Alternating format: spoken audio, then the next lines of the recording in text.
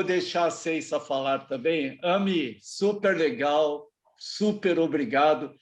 Do you still speak Portuguese? A little bit, a little bit. A little bit. Can you make it in Portuguese? Eu faço a introdução em português, daí passo um pouquinho para inglês, 1 hora, e daí eu volto para o português, tá bom? Para responder. Ele vai fazer, Jair, a apresentação em inglês, tá? Já conversamos, combinamos. Não, tá perfeito. Bom? A introdução não, ele faz, depois ele vai fazer tudo em inglês. No, it's really, Jair, com a palavra, professor Jair. It's a honor to have you with us. Really great. Ceissa, are you in? Did you wake up early today? Where is she? Yes, I'm here. Very good. I give you, the privilege for you to present Ami Klein. Thank you very much for inviting him. And he knows he is really a loved person among us. It's a real privilege to have him. So I will give you, the time to talk about what Ami represents to science, to autism. You can talk a little bit, Ceissa, please. Bom dia a todos, né? Pelo menos a introdução eu vou falar em português um pouco, né? E eu quero dizer que é uma honra enorme ter você, né, conosco hoje, Ami. Muito, muito obrigado mesmo por ter aceitado esse convite, né? Principalmente porque aqui no Brasil, né, e acho que no mundo inteiro também, você é considerado atualmente como, né, o pilar, né, dos estudos em transtornos do espectro do autismo, né? E acho que a Lasnik lembrou bem, né, essa sua capacidade, né, de conseguir aproximar diversos saberes, né, como a psicanálise se aproximar das neurociências, né, e a psiquiatria da psicologia e poder a clínica da pesquisa. Essa sua capacidade, ela é única, né? E isso realmente assim é um ensinamento, né, que todos nós, né, devemos seguir. Então, muito obrigada. Eu acho que eu poderia ler todas os seus affiliations, né? Eu acho importante estar lendo, né? Porque eu tenho que ler, porque a lista é tão longa, né? Mas o Ami é o diretor do Centro de Autismo Marcos, né? No Children's Healthcare de Atlanta, né, Geórgia. Ele é diretor também do Georgia Research Alliance. Você é o professor, né, na verdade, né? Então esse é o título, é professor, né, Scholar Professor do Georgia Research Alliance. É o chair em autismo, né, do Marcus Burney, diretor, né, do autismo e transtornos associados, que faz parte do departamento de psiquiatria da Universidade Emory, que é parte da School of Medicine, e do Emory Center for Translational Social Neuroscience, né? Mas mais importante do que isso, tudo, né, pelo menos na minha opinião, é que o Ami é uma pessoa extremamente generosa, extremamente generosa. E apesar de estar há tantos anos, né, nos Estados Unidos, né, ele continua com esse vínculo e esse interesse e essa motivação para ajudar, né, as pesquisas aqui no Brasil. Então, acho que nós só temos, além de aprender com você, lhe agradecer também, não só por toda a ciência, né, que você tem nos propiciado ao longo desses anos, mas também por uma demonstração clara, né, de que generosidade na pesquisa é algo, né, extremamente valioso. E você é um grande exemplo disso por estar aqui conosco hoje. Então, muito, muito obrigada e passo a palavra para você. Muito obrigado, Ceissa, muito obrigado, Jair, muito obrigado para é um prazer muito grande estar falando com vocês hoje.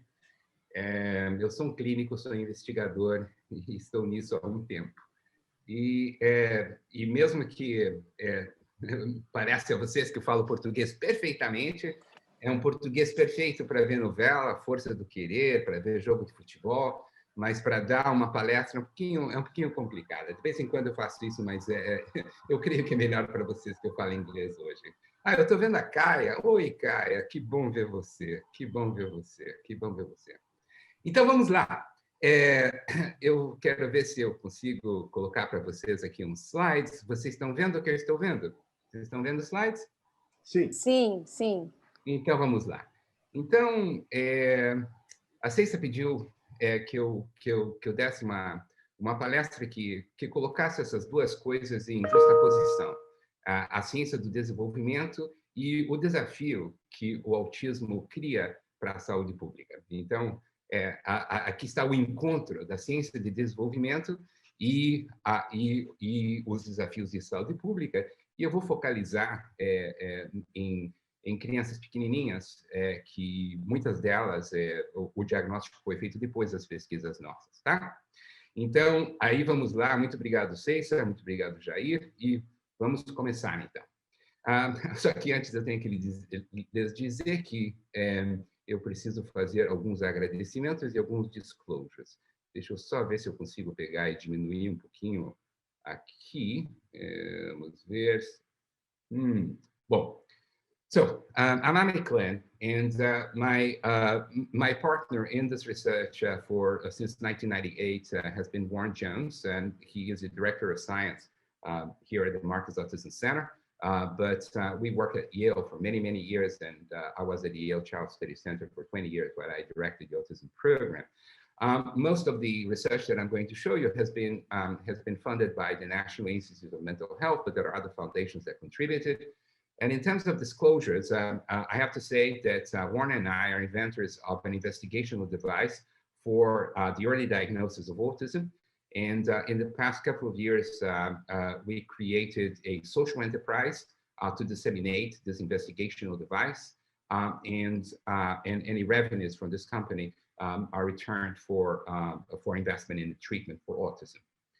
So let's talk about the public health challenge of autism. So in this country, in the US, the prevalence of autism is 1 in 54, which basically makes it the most common complex neurodevelopmental conditions of all. So one way of looking at this is thinking that every year in the US, 73,000 children are born who are going to have autism, with a societal cost of over $120 billion. And probably the worst is that it creates an enormous economic burden for each family, with lifetime cost for treatment of 1.5 to 2.4 million for each child with autism. The good news is that most of this cost has to do with things that are the results of autism. They are not the definition of autism, like the intellectual disability that accompanies autism often, or the language disabilities or the severe behavior challenges. And the good news is that those results, they are not inevitable. Were we to be able to identify children early and intervene early, we might be able to optimize outcomes and alleviate those symptoms. This is not controversial.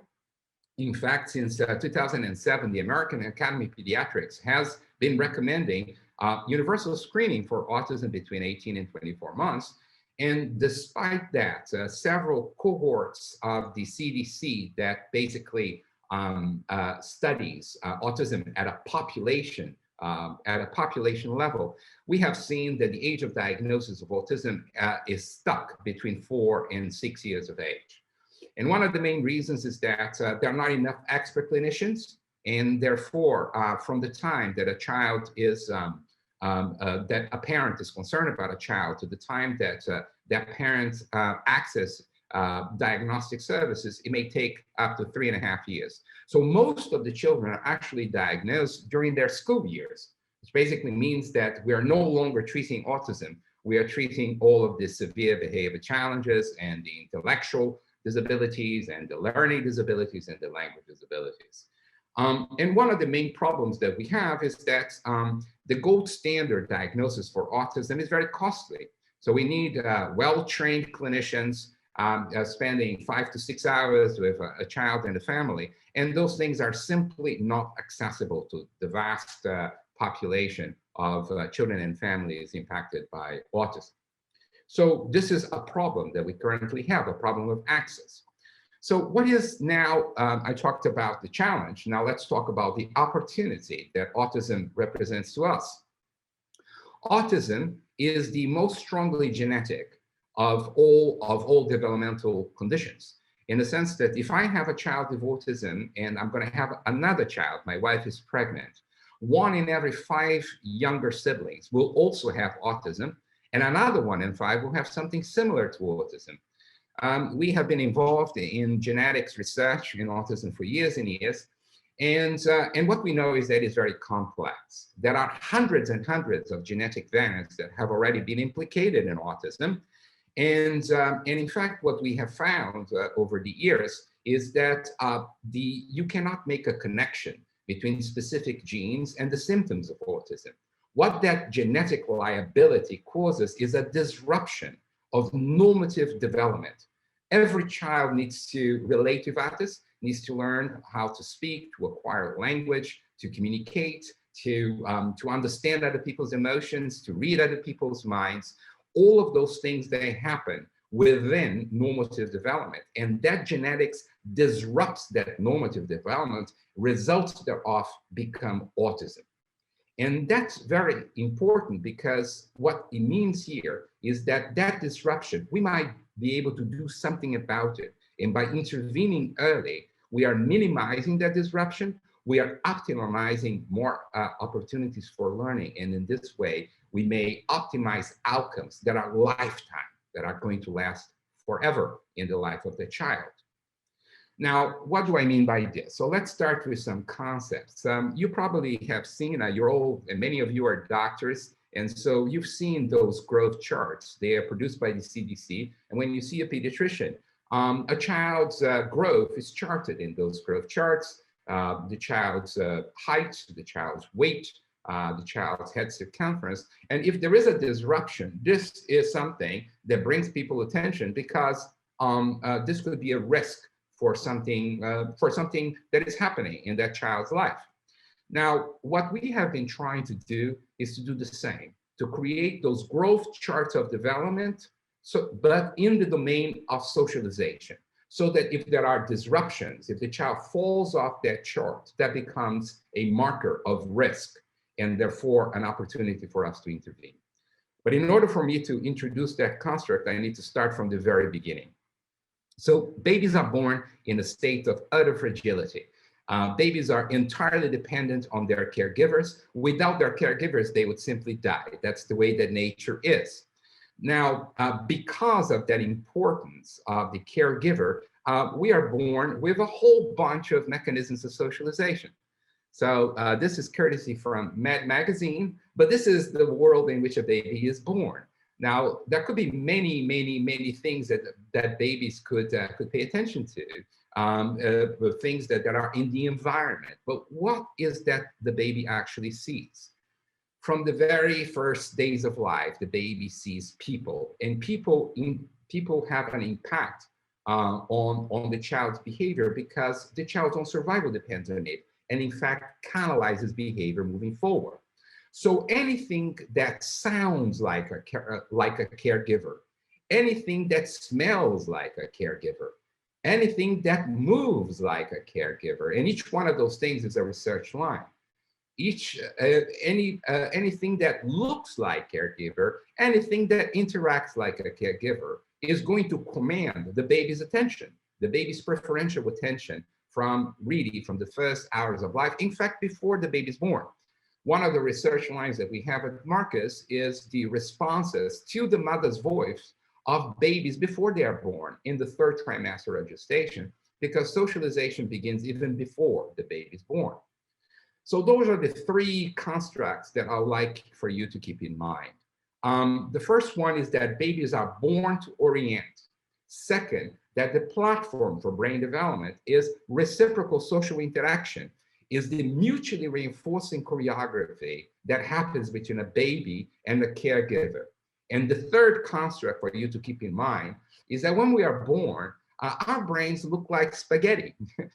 There is enormous neuroplasticity. And during the first 2 years of life, this is the period in our lifetime with the greatest plasticity, meaning that our brains are basically changing as a function of our experiences. And that's called neuroplasticity, okay? But I want to make sure that I emphasize this. Simply putting a baby in front of a television, as we know from research lines in this domain, is not going to teach children language. What makes a sort of development move forward is the active engagement of another human being, is that presence and active engagement of a caregiver that is going to move to push brain development forward. This is important. Now, having said all that, let's take a look at a little girl that we saw a long time ago, but seeing her had a great influence in the establishment of our labs and in the technologies and science that we developed in order to understand what was going on with this little girl. And at the time, she was the youngest child ever diagnosed with autism. She was only 15 months. And here she is.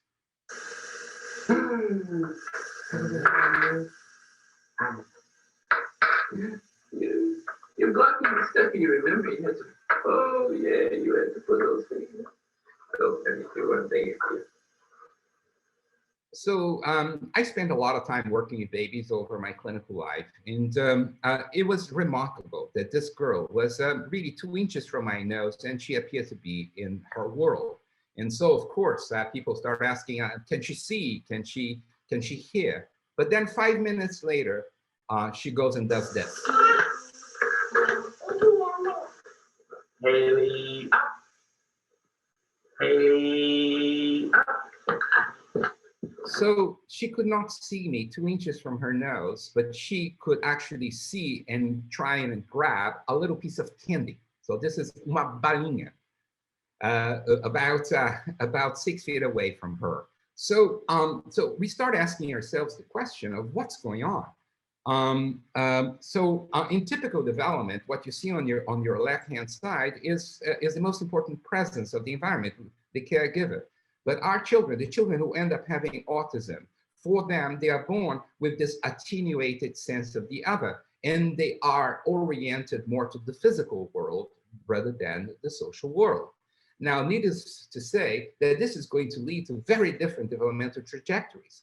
If you are in the social world, you become an expert on people. Of course, if you live in the physical world, you become an expert on things, ever more complex things, but things nevertheless.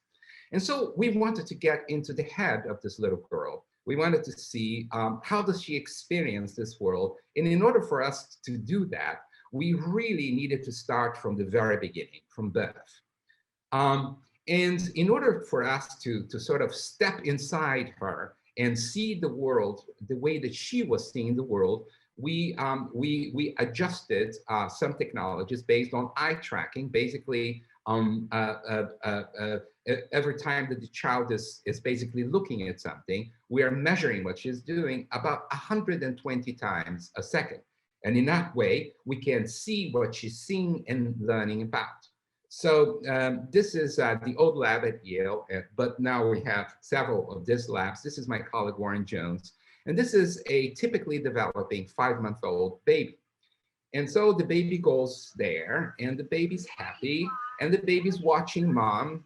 As the baby's doing that, we are collecting a tremendous amount of information about what is important for that little baby and what this baby is doing, as I said, 120 times a second. And here now is what a typically developing boy, the one that you just saw, what was this boy doing when he was seeing a mom-like figure like this? And I draw your attention to the little crosshair in the middle of the video, which is what this baby is looking at. And I am playing this for you without sound and in slow motion. So the baby's falling in love with the mom's eyes. And the eyes are not only the window to the soul, the eyes are also the window to social neuroscience, because we are born with that great contrast in our eyes, because this is a mechanism of socialization. In fact, if you look at other species, the less a species needs the care of the caregiver, the less contrast there is in our eyes. So monkeys, for example, still have sclera, but if you go all the way to rodents, rodents don't have sclera because they don't interact via vision, they interact via smells, okay? Now, what we did then, we accompanied a group of typically developing babies from the time they are born, and we are collecting eye tracking data. Let me see if I can get my cursor to work, but no, it doesn't. So it's going to be just my words. So as you see here in the graph at the top is basically data on, it's a growth chart of eye looking in typically developing babies from 2 months all the way to 24 months. And the graph at the bottom is the rate of change, the first derivative, okay? So in the top graph, what you see is that babies in the first 6 months of life, they're looking more and more at the eyes, and then they look less, and then it goes up again. And the reason why they're looking less at the eyes between around 7, 8 months to about 15 to 18 months is because at one point in time, they discovered that something important comes from the caregiver's mouth, and that's speech. And so there is an increase in mouth looking at the time that they are beginning to acquire the first words. But once they acquire the first words, they realize that in order to understand the intention of the other, they need to look back at the eyes because intentions are in the eyes. So this is a growth chart of eye looking for typically developing babies, okay? Now let's look at a 5-month-old who was later diagnosed with autism. And you see that that baby looks at something very different.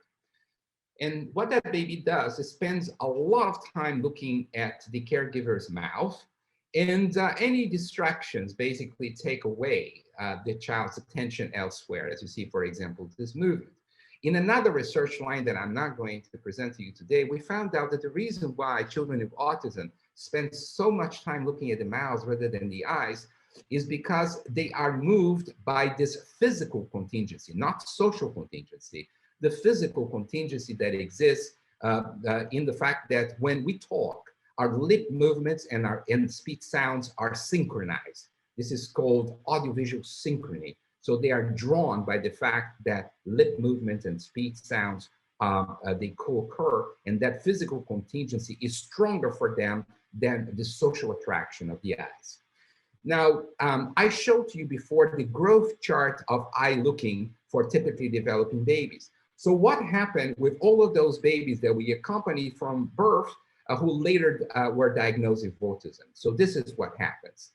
They start all the way up there in terms of eye looking, and then you have a free fall of eye looking until the age of 24 months. So what you are seeing in front of you is the unfolding of autism in the first 24 months of life. And then we collected another cohort of children, and we're able to replicate those findings, which you see here in red.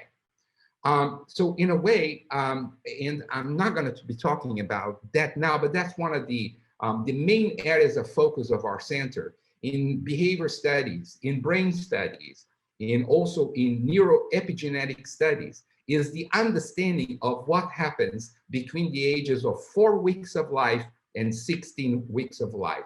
Because as you see, the curves for children with autism starts higher, even higher than the typically developing children. So what we found is that the children who later are diagnosed with autism, they are born with intact reflexive skills.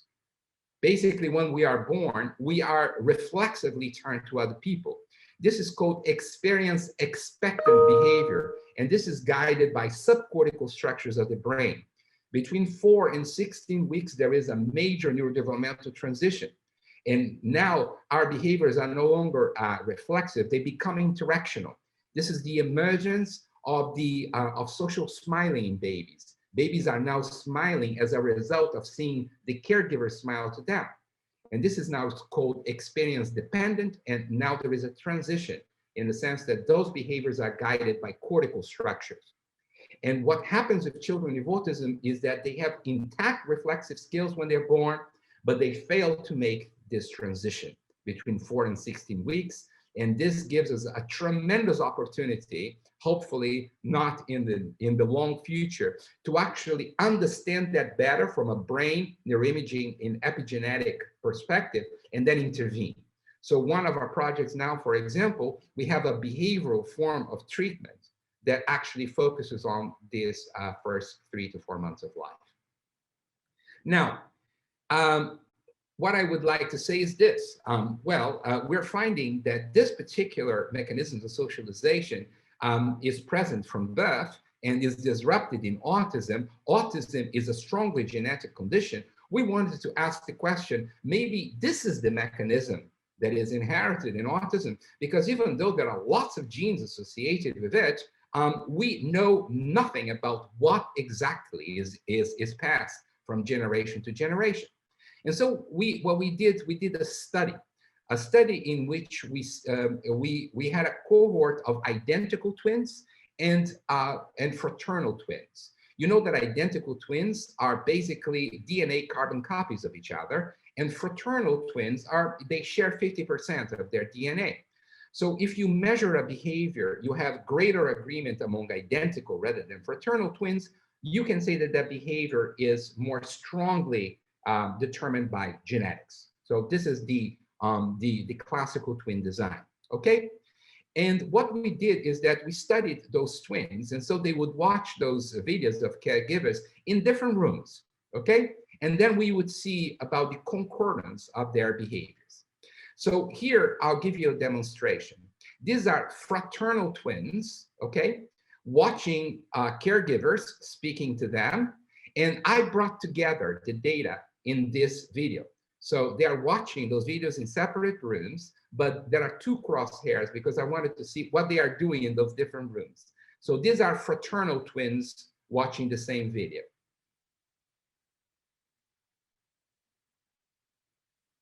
Now let's take a look at identical twins watching the same videos. Remember, they are in different rooms. Do you see the level of agreement? Well, in quantifying that, what we were able to show is, and I'm going to shorten the story a little bit, is that identical twins had an agreement of 0.91. Imagine that 1 is perfect, okay?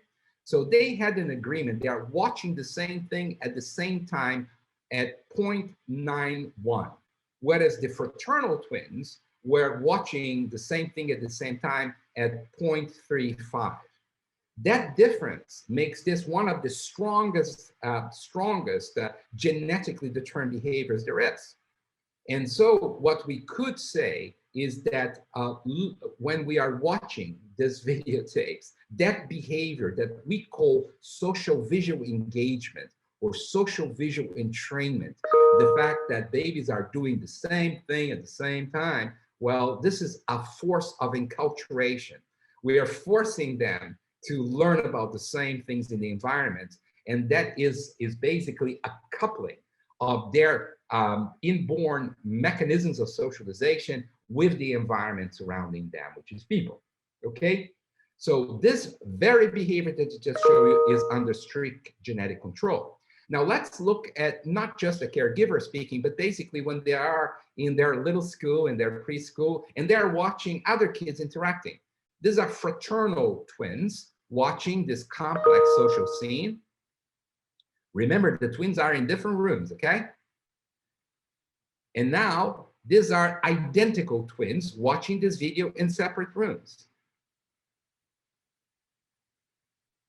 Do you see the level of agreement? And so when we quantified that, what we found out is that the identical twins were much more likely than the fraternal twins to move their eyes at the same moments of time. I'm talking about microscales of hundreds of milliseconds.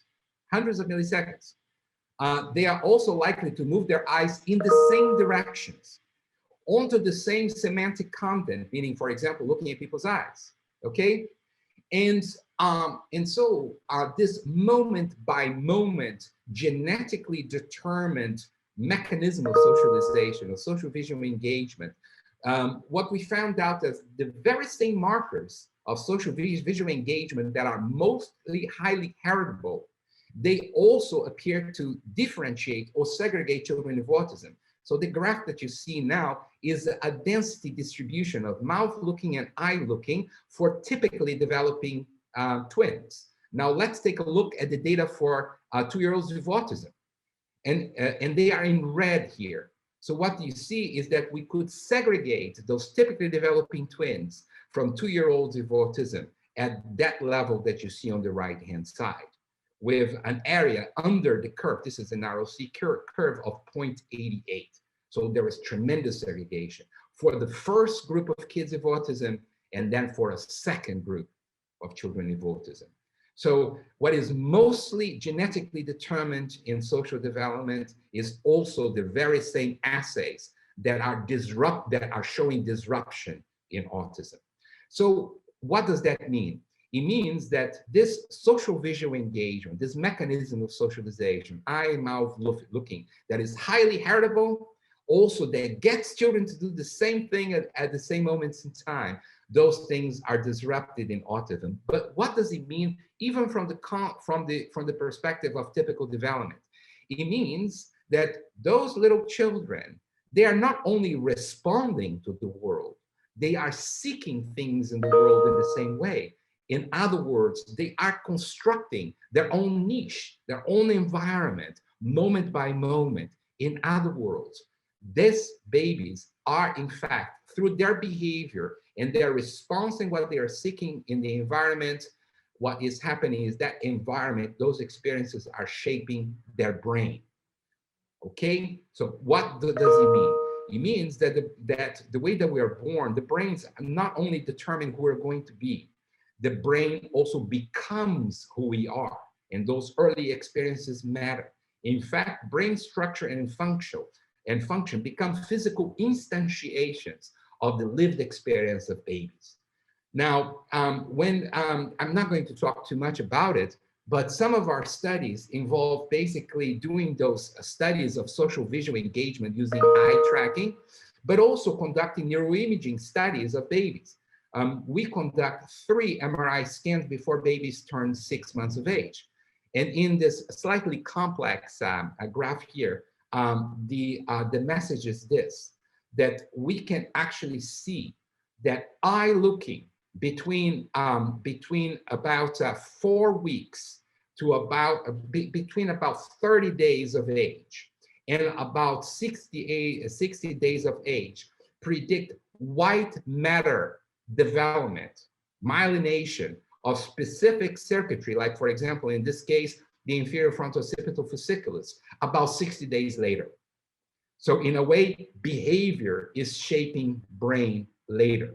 Now, if behavior is shaping brain later, then imagine if we could shape that behavior, then we would also be altering the trajectories of brain development. Now, I'm still asking the question, what kind of world is this baby creating? So babies, toddlers, they watch sort of scenes like that in their daily lives, right? Like those 2 toddlers interacting.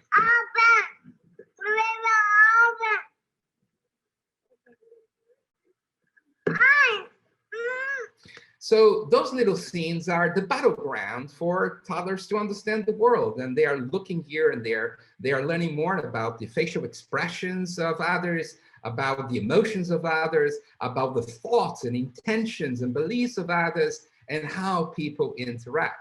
But how do we measure how little children are actually experiencing those kinds of stimuli? So this is a frame of a video. There are 30 frames per second in that video, okay? Now, what I'm showing you now is an equation. And that equation is amount the visual resources that 1 2-year-old is devoting to that point on the screen at that moment in time. And that equation, when I say the amount of visual resources, what I mean is this. We map the photoreceptive cells in the retina of primates. And so things that are in the middle of our visual field are more represented in our retina. And there is an effect of cortical magnification so that more brain tissue is devoted to processing information that happens in the middle of our visual field. So this is the amount of visual resources that one child is devoting to that point of the screen at that moment in time. And now what you're seeing is 42-year-olds looking at that moment of this, at that point of the screen at that moment in time. And when those visual resources are accumulating, what you have is hotter colors. So what you're seeing is a heat map, basically more collective visual resources of that entire group of children paying attention to that spot of the screen at that moment in time. Remember, this is a frame of video, right? And now let's take a different perspective of that frame of the video. So what you see now is a salience map. And the hot colors, like the red, tell you that more children are focusing at that spot of the screen at that moment in time. Now we can watch the same video through the eyes of 40 typically developing 2-year-olds. So here we go. So can you see? So basically those 2-year-olds are watching that video, and all of a sudden they're all converging at the same place at the same time, because maybe something really important happened there. Do you see? So now let's take a different perspective. So you have that salience map, and now what you have is another dimension. And that dimension is the dimension of time, because this video is showing over time, and there are 30 frames per second. So now let's carve that salience map over time. And what you have is a space-time distribution. And we call this an attentional funnel. The reason we call this an attentional funnel is because when there is nothing of importance happening in the video, the children are watching things all over the place. But then all of a sudden something happens, they're all focusing on the same place. Those colors are statistics. And when it gets to be red is because they are statistically significant.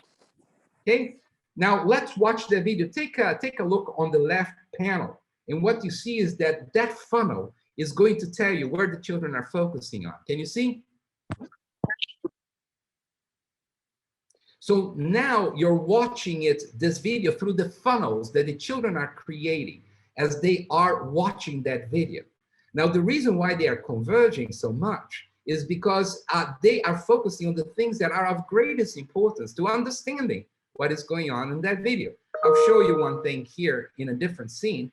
I'll just stop to you. Okay, I just stopped. Can you see the funnel in red on the left panel? They're not looking at the children's faces or the children's facial emotions. They are focusing on something that happened in between those two. And the reason is that those 2-year-olds were very sensitive to the cues that are coming from the eyes of the toddler on the left. And this is called joint attention. And that baby is watching at something in between the two, and all of these kids watching this video, they immediately respond to that, and they are focusing on the object, which is the object of the interaction between the two babies, okay? Now, one thing that we found out, that to our surprise, is that typically developing 2-year-olds, when they're watching those videos, they spend 80% of the time looking at the same thing. And so these are powerful forces of enculturation. Even though they could watch anything in those videos, they're all watching the same thing at the same time. So we asked the question, how do we all share the same background for us to talk to one another and understand one another? Is because we've been experiencing the social world in a very similar way from very early on. Now, what happens with kids with autism now? So look at this frame of video. This is an attentional funnel for typically developing 2-year-old, okay? So, and now these are scan paths for 2-year-olds with autism. Do you see how divergent they are? This is what the typically developing children are focusing on the emotional expressions of that toddler. But what are the 2-year-olds with autism focusing on that door opening and closing? So they are watching the same thing, but they are experiencing something entirely different, okay? And what we found out is that within 5 to 6 minutes of video watching, that in fact, the 2-year-olds with autism are diverging over 570 times. Imagine. So 570 times of those attentional funnels, they are not learning. Okay, these are a missed experience of social learning.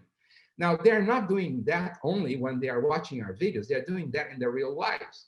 And so extrapolating, imagine that they may miss over 13,000 experiences of learning in 2 hours, and millions over the years. So when I told you that autism results from disruption of social development, this is what I mean, is because our children are basically missing repeatedly hundreds and hundreds and thousands of opportunities for social learning, things that happen naturally for typically developing children at micro scales of hundreds of milliseconds, okay? So this is the mechanism through which autism is created out of disruptions of socialization. Now, let me give you one more example. At the top, you see what typically developing 2-year-olds are doing, and at the bottom, you see what the children with autism are doing. So you see they're focusing on entirely different things. The video ends up with a happy ending. So that's the culmination of that video. The two children reconcile. So let's take a look at, you see at the top what the typically developing children are looking at? They're looking at the kids.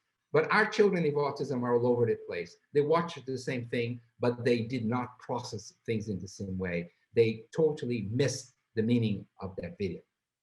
So in the past several years, what we have done is, because there is a really powerful quantification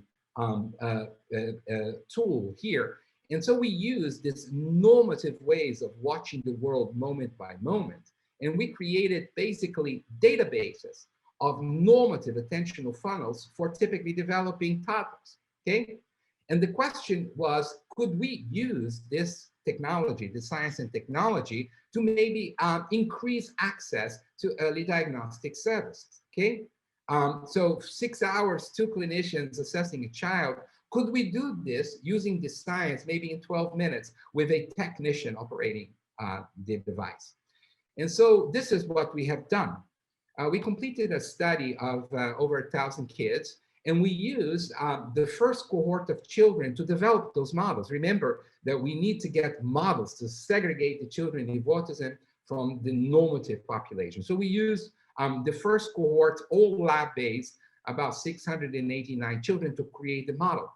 And then we took a standalone device, not a lab, a standalone device. We put it in a community health center about 60 miles away from Atlanta, and we saw another 370 children, about half with autism, about half with with other conditions or typically developing children. These are all 2-year-olds. And so the idea is that we use the discovery cohort in the lab, and then the replication of a cohort came from a standalone investigational device, a tracking device, okay, that we put in a community health center, and the children watched about 12.5 minutes of video, okay? And the idea was to see the extent to which we could approximate with our procedure what gold standard clinician-based diagnostic assessments yield, both in terms of the clinician's assignment of a diagnosis, but also the severity of the condition. For example, how socially disabled the child is, and levels of both verbal learning and nonverbal learning. And in doing that, we use best practice parameters for the development of diagnostic devices. These are the kinds of things that need to be done in order for us to assess the accuracy of a new diagnostic test of any kind. And here are the results. So ignore what's on the left, because remember, this is the discovery cohort. This is the model that we use. This is the sample that we use to create our model, and focus what's in the middle. So with this device, we were able to reach a level of 83% of sensitivity and 82% of specificity. You guys are all scientists, and so you know what sensitivity and specificity is. Sensitivity means that getting everybody who has autism, okay, true autism with your device. Specificity means that those who don't have autism, you're able to ascertain that they don't have autism with your device. So this is closer to the kind of testing that happens in pediatric practices with things like a strep test. Now, we're also able to capture, yes, so let me tell you this. we were very interested also in false positives. Because 17% of our sample, that we got, sensitivity was 83%, specificity was close to 83%, but there were false positives. And this is what we found out, is a lot of the false positives were children for whom there was a developmental concern of some kind.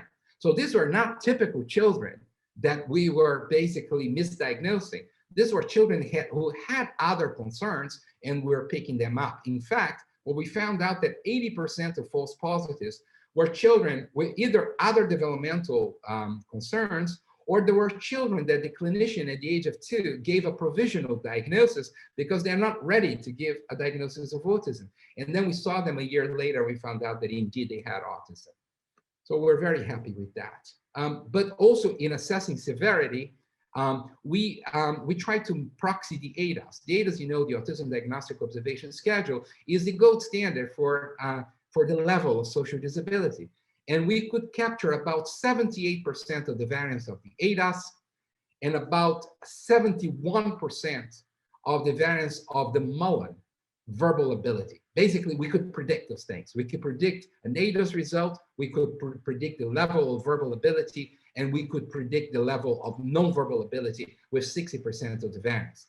The reason we get more verbal than non-verbal is because we essentially have a mechanism of social learning.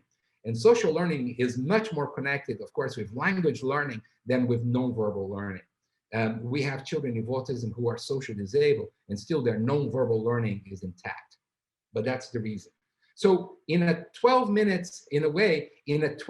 procedure, we could segregate the children, we could predict level of social disability, level of verbal ability, and level of non-verbal ability. So we are happy with that. And then we run a national clinical trial in 6 sites around the US, in Seattle, San Francisco, Phoenix, Chicago, in Cincinnati, and in Atlanta. And those data are going to be completed. The analysis is going to be completed by September 30th, because this now is part of an FDA submission. We're going to submit this diagnostic device, this investigational diagnostic device, for clinical clearing by the FDA, hopefully to be achieved by next April or May. But this is what the device looks like. Here. Just like the car. It's just like the cars. Swing it in here.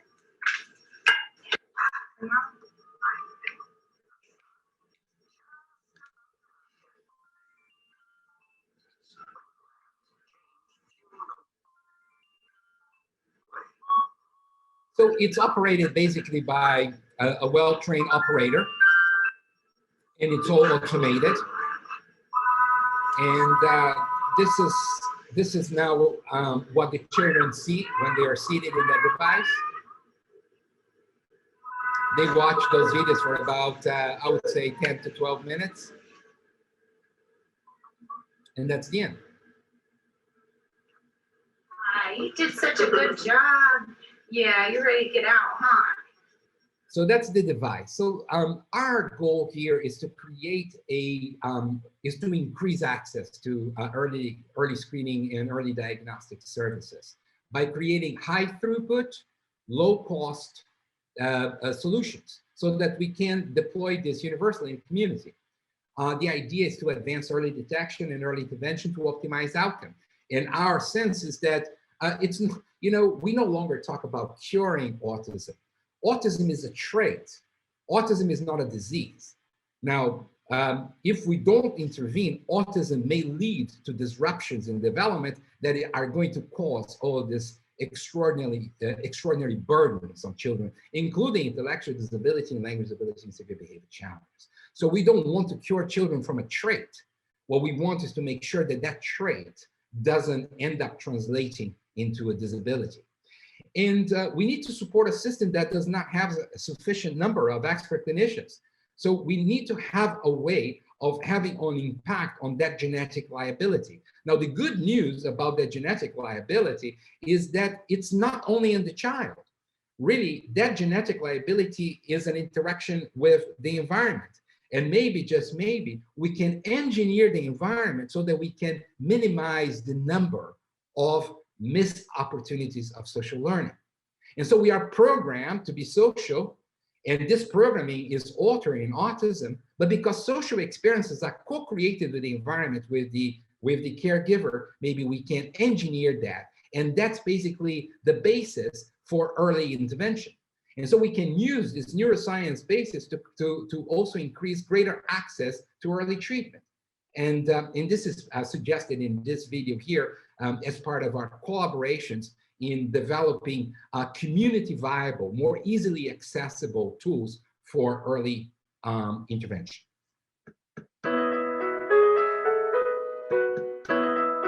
Babies learn to talk at an amazing rate.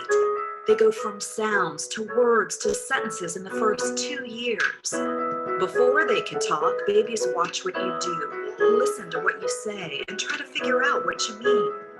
Every month, babies reach important new milestones, but the ones that matter most are the ones that come before they can talk.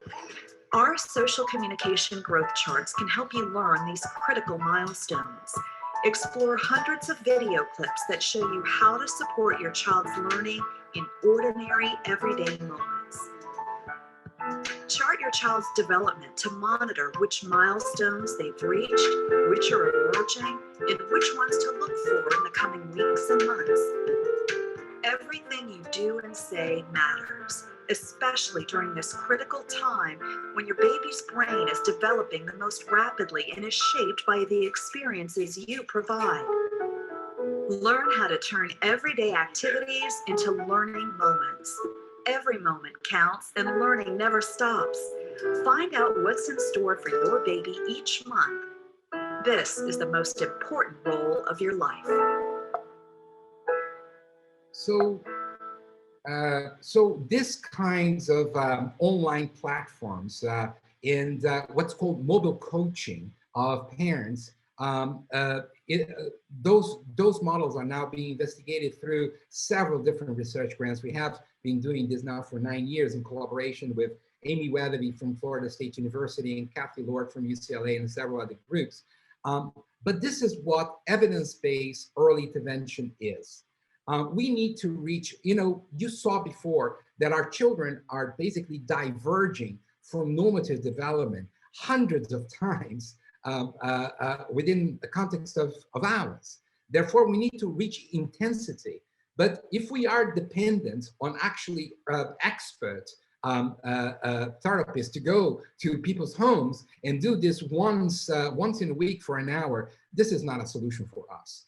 And so what those kinds of concepts allow us is to basically implement a caregiver-mediated intervention in which we train parents to engineer environments with their babies, with their children, so that they can promote learning and minimize the occurrences of missed social learning. So what you see here, for example, is a mom with her child, and what you don't see here is the interventionist. And the reason why you don't see the therapist here, because mom has an earphone in her ear, and the interventionist is sitting at Marcus Autism Center, basically guiding her moment by moment on how to engineer that environment for that baby. Prior to that, there are online resources so that mothers and pediatricians and early interventionists learn about milestones of normative development and the early signals of autism. So those two, the resources at the bottom of this page are both free, the autismnavigator.com and the babynavigator.com. And so the idea here is that we are trying to build on everyday activities that mothers and babies do from very, very early on, and basically engineer more opportunities for learning, more engagement for the children.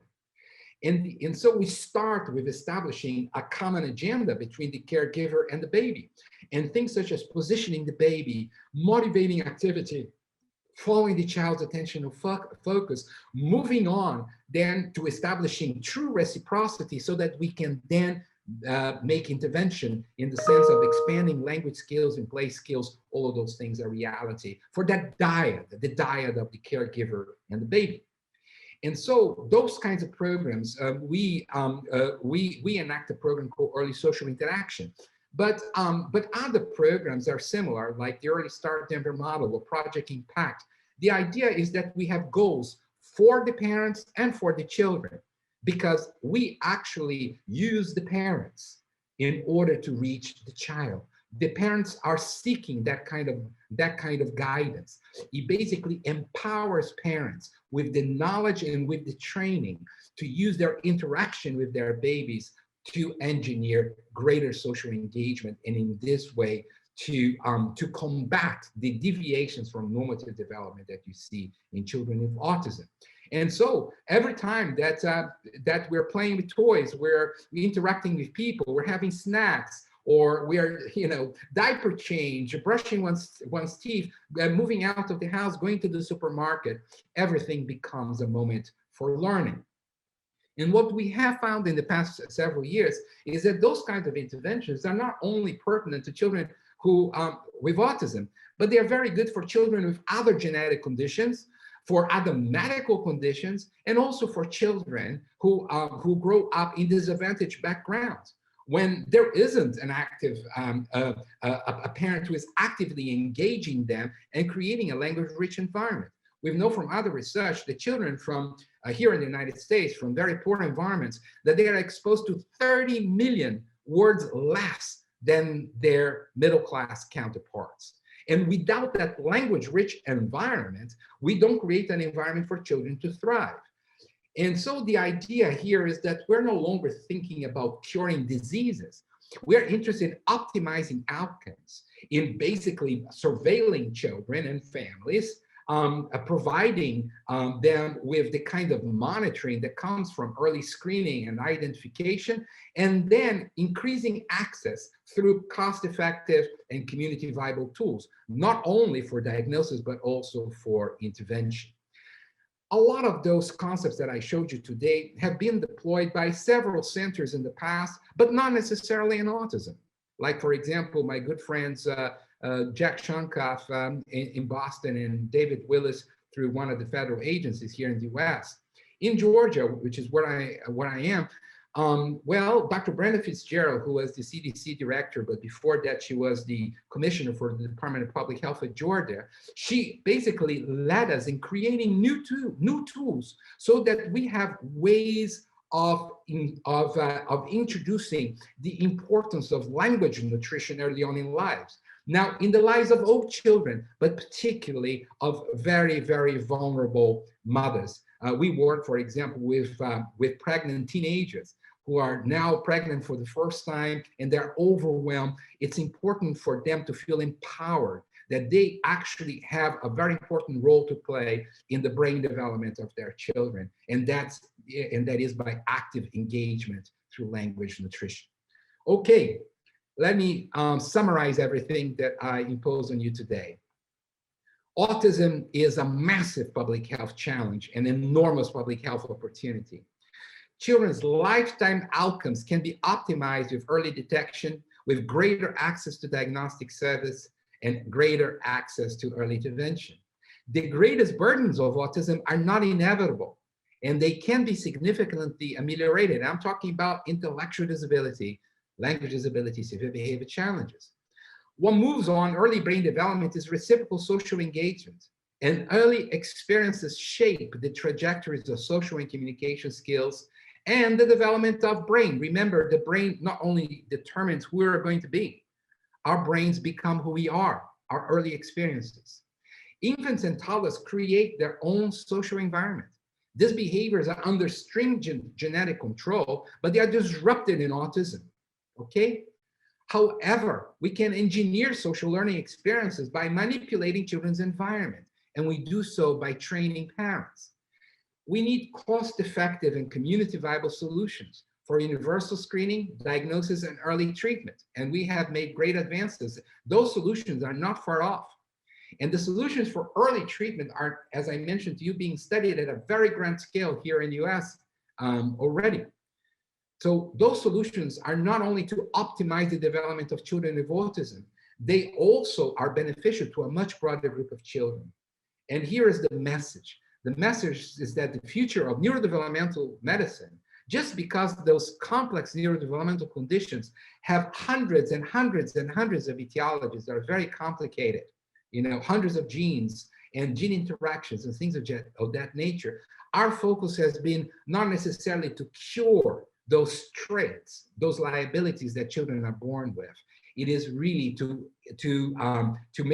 make sure that those traits don't become disabilities as they grow older. So our goal here is to optimize outcomes of children so that we can change the narrative of autism from one of disability to one of diversity. Ok. Pronto, Ceissa?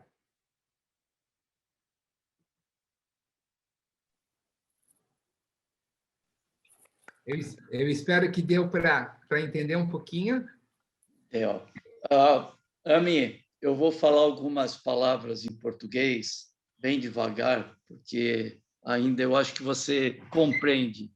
Mas para a nossa plateia, antes de passar para a Ceissa, para outras pessoas, bom, o que eu acho impressionante, Ami, é a emoção que você passa. Realmente é uma história de vida. Eu acho que a sua dedicação ao autismo, né, ela é uma experiência incrível, muito gratificante, não é, para as pessoas que acompanham um pouco da pesquisa. Por quê? Porque, primeiro, né, existe uma teoria, né, a teoria do cérebro social, né, que iniciou mesmo antes da genética, né?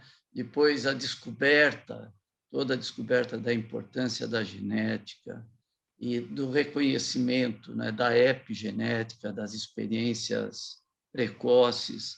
E aí o que eu acho muito incrível, né, e você realmente avançou muito nisso, foi a aplicação da tecnologia, começando com uma tecnologia simples de eye tracking e agora sofisticando cada vez mais essa tecnologia, né?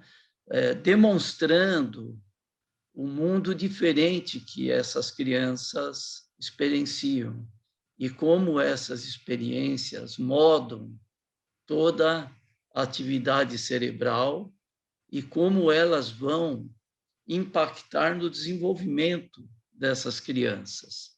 Depois dessa descoberta, eu acho que você vai para a questão de saúde pública, né? De como expandir, como identificar, como fazer o rastreamento dessas condições, né? De uma forma low cost, né? Efetiva. Eu vi aquela ROC Analysis, né? Ela tem um valor preditivo positivo fantástico, não é só a sensibilidade e a especificidade, né? O valor preditivo, muitas vezes as pessoas colocam só a sensibilidade e a especificidade, né? Mas um epidemiologista presta atenção para todos os valores, né? E o que isso é importante, não é? É a implementação pública, né, da identificação precoce. Em termos da humanidade, o impacto que isso vai ter no futuro, né, dessas crianças e da própria humanidade. Então, Ami, eu fico sempre muito emocionado de ver uma pessoa que contribuiu muito para essa construção, né? E também na questão de colocar o autismo como um traço, né, e como uma aceitação da diversidade, ao contrário, né, do que nós tínhamos no passado, uma visão negativa desse tipo de experimento e de experiência, né? É tudo ao contrário do que foi criticado e que foi, né?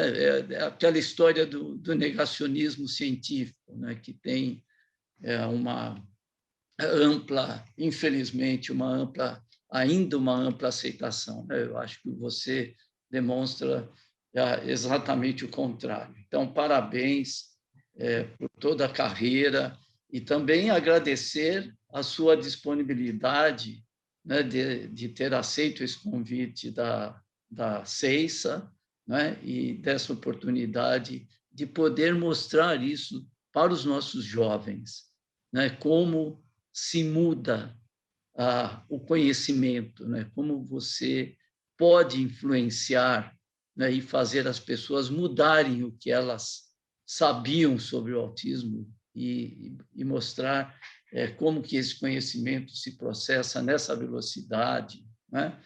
Então, muito legal, Ami. Eu vou abrir um pouquinho para a CEISA. Super obrigado. Obrigado, Jair. Eu adoro suas aulas. Realmente, elas são muito instrutivas. Muito obrigado, Jair. Assim, me deixa um pouco constrangido, mas muito obrigado. Mas para os jovens aí, eu acho que nesse mundo, principalmente no último ano e meio, nós ficamos... eu acho que deu um pouco de virada na cabeça das pessoas, porque deu uma oportunidade para nós refletirmos sobre o que a gente faz, podemos contemplar um pouquinho a ideia de que nós não podemos errar por falta de imaginação. Eu acho que quando você deixa de fazer uma coisa porque a tua imaginação é pequena, esse é um momento para jovens se sentirem ambiciosos. Esse é um momento para as pessoas terem a ideia de que todo esse determinismo que muitos de nós crescemos, o determinismo genético, o determinismo cerebral, o determinismo de tantas coisas, quando você estuda crianças pequenininhas, você tem que deixar eles te ensinarem uma coisa, que o potencial é enorme, a plasticidade é incrível. E isso cria uma responsabilidade muito grande. Quando eu vou para casa de noite, lembra que eu falei, 73 mil crianças vão nascer esse ano nos Estados Unidos que vão ter autismo. E está no nosso poder saber que tipo de futuros que eles vão ter. Então, essa ideia da responsabilidade pessoal, ela se une à justiça social. Porque eu posso dizer uma coisa, que o autismo em famílias que têm possibilidades econômicas é muito diferente do autismo onde a família não tem. Nós publicamos em dezembro, parte de um grupo, que se você é uma criança African American, então uma pessoa de cor preta com autismo, uma criança de cor preta com autismo nos Estados Unidos, você tem o dobro de risco para distúrbio distúrbio intelectual do que uma criança branca com autismo nos Estados Unidos. Isso não tem a ver com a genética. O grupo é um grupo de genéticos. Nós e UCLA, Dan Gashwin e John Constantino em Washington University. Mas eu vou lhes dizer, isso não tem nada a ver com genética. Isso tem a ver com acesso ao rastreamento e ao diagnóstico precoce e ao tratamento precoce. Do momento que uma mulher preta nos Estados Unidos ela está preocupada com a criança dela, tá? Do momento que ela tem acesso a qualquer expert que vai poder ajudá-la, são 3 anos e meio. São 3 anos e meio. E quando eu falo que o median, né? Eu não sei como chama median em português, mas de idade de identificação nos Estados Unidos entre 4 e 6 anos, em questão de minorias raciais, étnicas e também pessoas com low income, com pouca capacidade financeira, isso é bem depois. Isso significa que nós temos para os jovens aqui, que eu tenho muitos amigos em São Paulo que estão muito envolvidos com a questão de justiça social. O mundo do autismo é um microcosmo, é um lugar onde todos esses problemas que a gente fala é um lugar onde você vê as disparidades de maneira amplificada.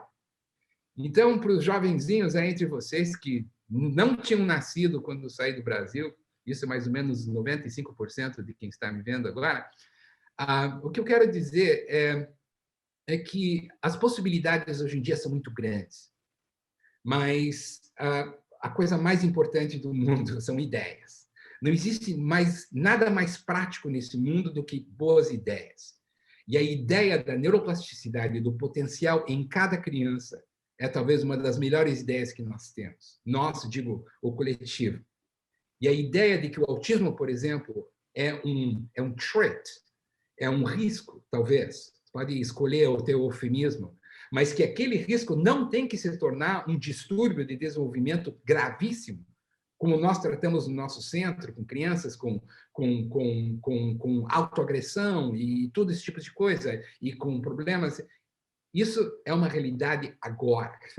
Então, se eu posso dizer uma coisa para vocês, é que esse é um momento bonito da psiquiatria infantil, da psicologia infantil, da neurociência de desenvolvimento, da neuroepigenética, todas essas coisas. Então, por favor, vão para esse campo, porque esse campo vai trazer muitas coisas boas. Ok, Ceissa, eu posso ficar mais 5 minutinhos?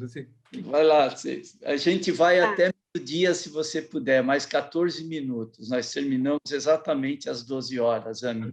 A não ser que você tenha que sair antes. Eu tenho uma reunião importante do nosso próximo Autism Center of Excellence às 11, então eu preciso terminar. Quantos minutos? A que horas? Eu gostaria de terminar mais ou menos, agora são 10h47, né? Aí, para vocês, 11h47, mais 5 minutinhos eu tenho que sair. Tá ótimo. Ceissa.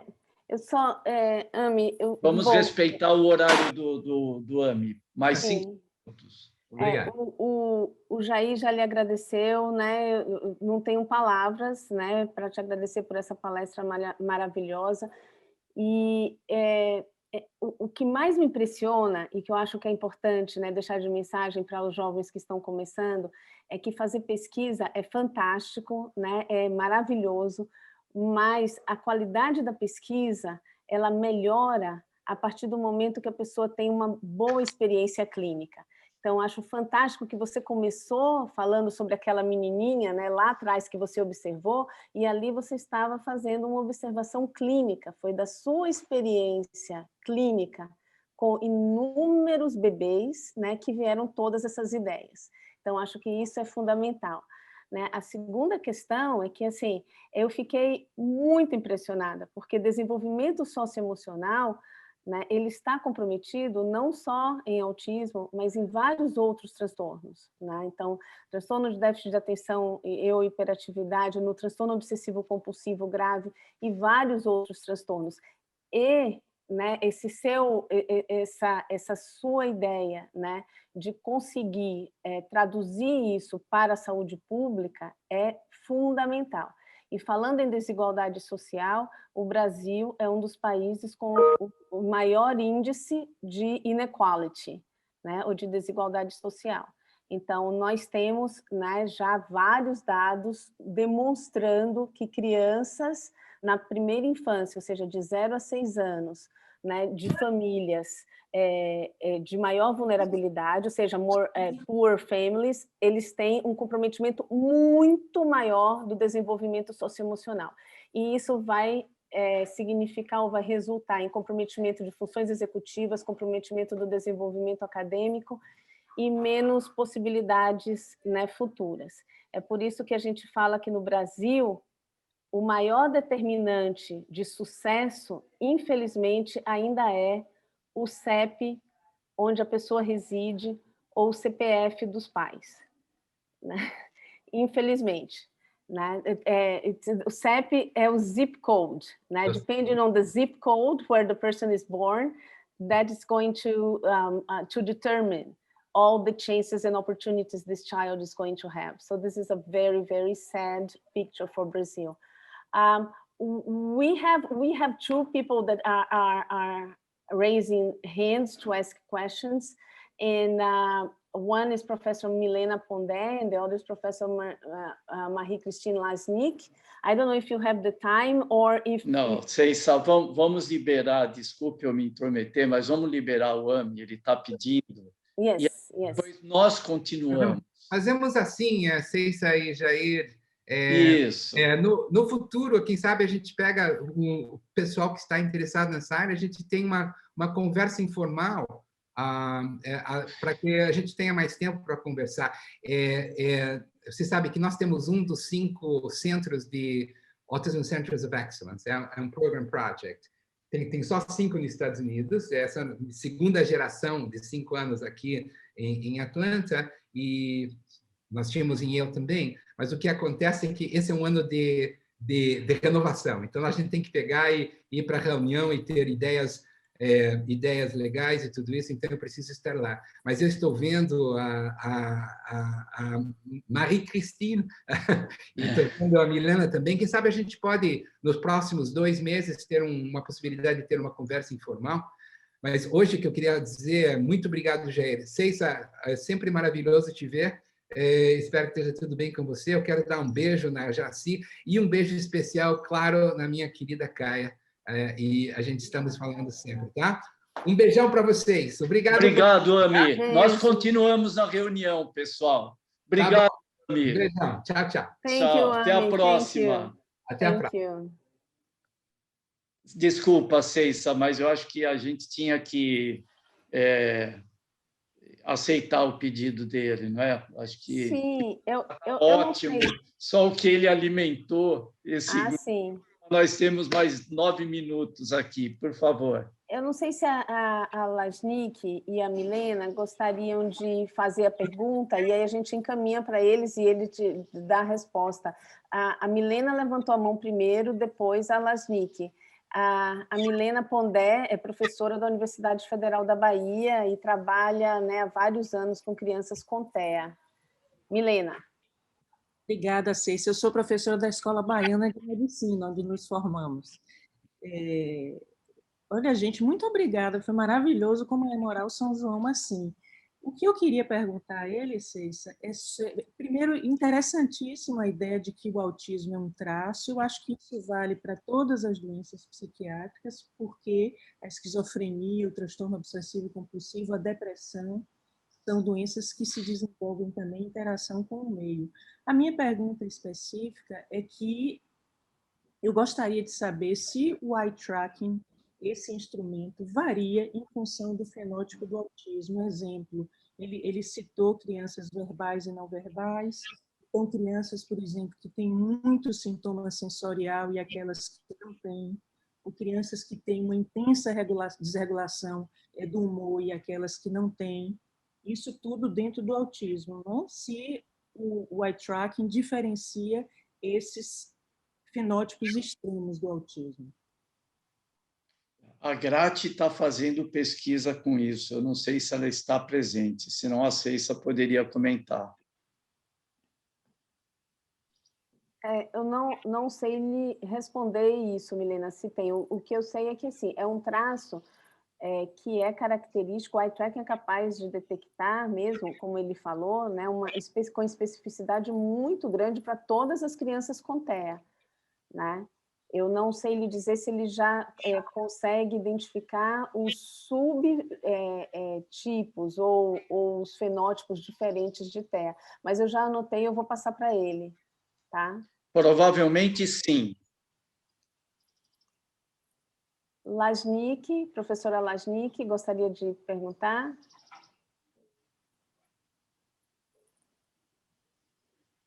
Você está sem som. Eu cortei para ser educada e esqueci de repor. Então, eu conheço de cor os 17 minutos que eu bati e pus em muitos artigos meus da conferência dele, TED, e que tem muita coisa parecida, mesmo se a conferência é antiga, ela deve ter uns 5, 6 anos. Eu estava interessada nas modificações, as raríssimas modificações entre a conferência e hoje, porque uma parte muito interessante que ele trouxe o tratamento, não é? O training, ou fazer como ele ajuda os pais, que é o que nós fazemos, a gente trabalha os pais no atendimento que nós fazemos de bebê de risco, irmãos e irmãs, somos várias que estão aqui no telão que fazem isso, a gente trabalha com os pais são os nossos, nós chamamos de coterapeuta, ele fala de coaching dos pais, tudo bem, a gente sabe perfeitamente falar de partar, mas é um fato que nós nós temos a mesma ideia, que é para modificar o meio ambiente. Se eu sei de cor o TD dele, é porque o número de vezes que eu ouvi você é delirante, porque você é psicanalista, acha que dá para intervir, isso é genético, não pode, foi 50 mil vezes. Então, cada vez eu digo, olha, o Amy Klein, que não tem nada a ver com a gente, diz a mesma coisa. Está aqui, olha, leiam, escutem. Passo minha vida fazendo propaganda. Agora, eu vi que ele tomou alguns cuidados que provavelmente são políticos, para ser politicamente correto, porque associações de autistas hoje não querem que a gente diga que é uma doença, não pode dizer. Então, ele disse que ele vai só modificar as condições para que não haja problemas que alterem linguagem, aprendizado, cognição, tal, e a pessoa tem direito de continuar autista. Eu acho que esse cuidado ele tomou, porque deve ter ouvido algumas, eu também ouvi que a pessoa tem direito de ser autista, então a gente não tem direito de modificar as coisas. Então, eu queria só uma palavrinha, porque tem uma frasezinha de 3 palavras que ele usava numa rêverie, ele dizia: podemos evitar, intervindo antes de 2 anos, agora a gente vê que ele está intervindo muito mais cedo, antes de 2 anos, evitar as sequelas de atraso mental, de déficit, de distúrbios da linguagem, e, em alguns casos, talvez reverter o processo, ou seja, que, inclusive, o tipo de interação do cérebro social possa ser modificado. E era uma coisa que eu tinha trabalhado com o Mercadante, isso, que daria para modificar, inclusive, a preferência pelo cérebro geométrico no lugar do cérebro social. Então, eu queria conversar se ele está tomando mais cuidados para ser politicamente correto ou se ele mudou de ideia, que ele não acha que, em alguns casos, quando a gente começa muito cedo, daria para reverter.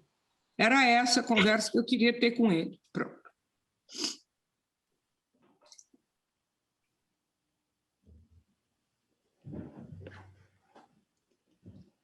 Vera? Eu fiquei muito contente em ouvi-lo, né? Já ouvi em outras ocasiões, mas, assim, por termos no nosso departamento um ambulatório, né, que está totalmente ligado a essa fala dele, né, com trabalhos clínicos, não de pesquisa como nós gostaríamos, mas, assim, intervindo na formação de psiquiatras da infância e adolescência, com essa capacitação de discriminação de olhar para a clínica e para a intervenção precoce nos sinais de risco. Então, ajudando o aluno a fazer diagnóstico diferencial desses sinais de risco, intervindo e observando as reações de atendimento precoce, inclusive com irmãos de autistas. A gente está fazendo várias experiências. Então, eu só fiquei contente, e para a gente poder ficar também no departamento contente que estamos alinhados com as novas tendências do Amir. Obrigada. Vera, a gente teve um ensaio clínico com os familiares, né? A Dani defendeu o doutorado dela, a gente tem aí algumas... A própria Sabrina, que está aqui assistindo, também teve publicação, né, sobre o tempo de diagnóstico. A gente tem uma linha de pesquisa aí que está ativa nessa área, né? Nós estamos fazendo algumas coisas. E muito importante a disponibilidade do video modeling, né, para os familiares, disponibilidade pública, não é? De treinamento dos pais, e com o ensaio clínico que foi produzido aí junto com a USP, com o Mackenzie, né? Então, um pouco nessas reuniões eu não posso deixar de lembrar do Marquinhos, né? O espírito dele está entre nós. Eu realmente tenho uma ligação muito forte com o Marcos. Acho que É muito triste a gente ter perdido ele. Inclusive, ele estava sonhando com o eye tracking na Paulista e a gente ia passar pelo eye tracking, todos os bebezinhos que a nossa turma atende, nós somos 5 ou 6 aqui da equipe do RIEP, aqui no telão, né, Vera? E a gente ia fazer isso com ele, o eye tracking antes e depois, e ver, inclusive, se o tratamento com o acompanhamento dos pais como coterapeutas não modificaria o eye tracking. A ideia Então, era essa dele. Nós aplicamos, né, nós fizemos, mas nós temos aí vários projetos no CAISM, e um deles é montar um laboratório de eye tracking, bem moderno, tecnológico. Esse é um dos itens que estão na mira. Jair, se você quiser que os bebês que a gente atende pelo Brasil, que a gente avaliou, porque nós temos uma grade que ele não conhece, é uma pena, que foi publicada na PLOS ONE, que é uma grade que avalia risco 4 meses, e que não custa nada, porque é um papelzinho a preencher, e tem os números para quem trabalha com epidemiologia são bons, não é? A gente poderia muito bem pensar em fazer junto, né, Vera? Lógico. Que era o sonho do mercadante. Nós vamos até sair um livro em que tem um diálogo entre o mercadante e eu, que sai daqui uma semana, em português. Porque é uma pena, porque para mim é uma pena imensa a ideia de um trabalho entre pesquisa e neurociência clínica em torno dos bebês de risco nos primeiros meses de vida. Não com 2 anos, 1 ano e meio. Nós vamos dar continuidade, com certeza. Pode, né? Ceissa, final remarks. É sempre muito bom lembrar do Marcos, né? Porque com certeza ele contribuiu muito para toda a ciência, né, em relação ao TEA, não só ao TEA, mas em relação a outros transtornos também.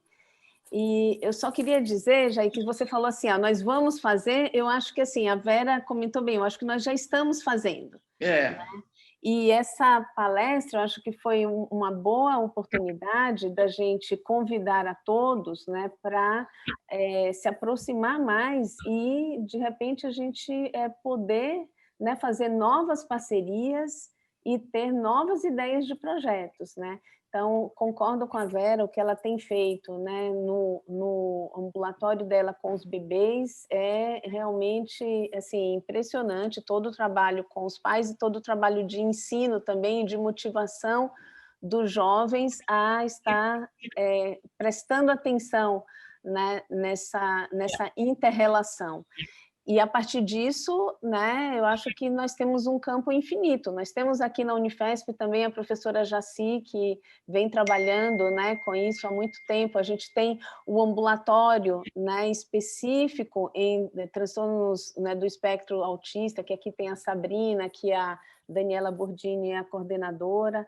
Né? Então, com certeza, né, tenho certeza que tanto a Sabrina, quanto a Dani, quanto a Graciele também, né, a Vera, a Jaci, eu, a Sheila, todos nós temos o maior interesse em fazer parcerias com todas essas pessoas. Né? Então, estão todos convidados, e acho que a ideia de repente, a gente marcar uma nova conversa é uma ideia muito interessante. Vamos ver isso e a gente divulga, então. Ceissa, só para esclarecer, quer dizer, a ideia é de construir um laboratório no CAISM, moderno, com máquinas modernas, quer dizer, já existe a ideia de inclusão desse projeto, né, de montarmos um laboratório. Se Deus quiser, nós vamos chegar lá, tá certo? E moderno. Vai ser um dos projetos que a gente vai estar batalhando para doações, né? Então, estamos listando as prioridades de busca de incentivos, investimentos. Um deles é o laboratório de eye tracking. E, se Deus quiser, bem moderno. Não vai ser chumbrega, não. Vamos fazer um bem legal.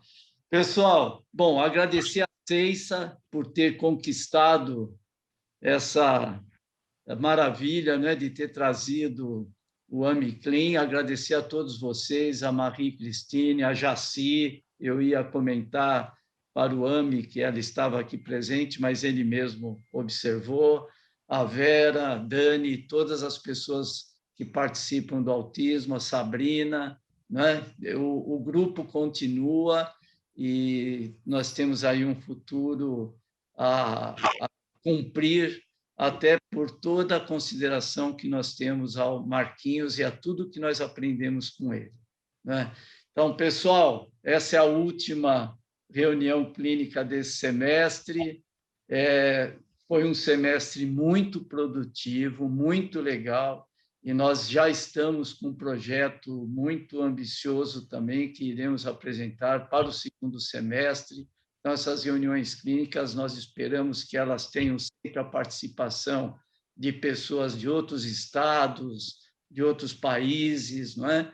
Termos uma ampla divulgação, porque eu acredito que o conhecimento que nós estamos disseminando é de altíssima qualidade, como o que foi exposto hoje. Pessoal, Jair, uma proposta. O dia que eu vim apresentar um bebê para o Marcos Mercadante, nós filmamos toda a aula, com todas as falas dele. A gente tem um filme todo. Um dia a gente podia passar para você, para ver. Com certeza. Pode me propor, me lembra disso. Eu acho. Eu faço por quem? Porque eu não tenho o seu. Eu pus o meu e-mail. No meu e-mail. No meu e-mail. Eu vou, sim, mas eu não tenho o seu e-mail. Eu posso mandar. Para mim, para qualquer uma, elas entram em contato. Eu só tenho a Vera. Vera, você tem do Jair?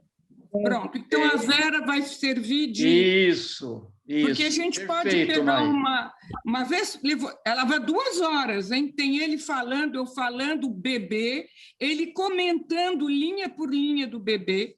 Perfeito, perfeito. Eu juro para você que eu já havia pensado em colocar uma aula do Marcos aqui, na reunião clínica. Mas é uma aula em que ele fala Não, agora melhor ainda. Bebê, num diálogo transdisciplinar entre neurociência e psicanálise, imagina? Perfeito. E temos o filme.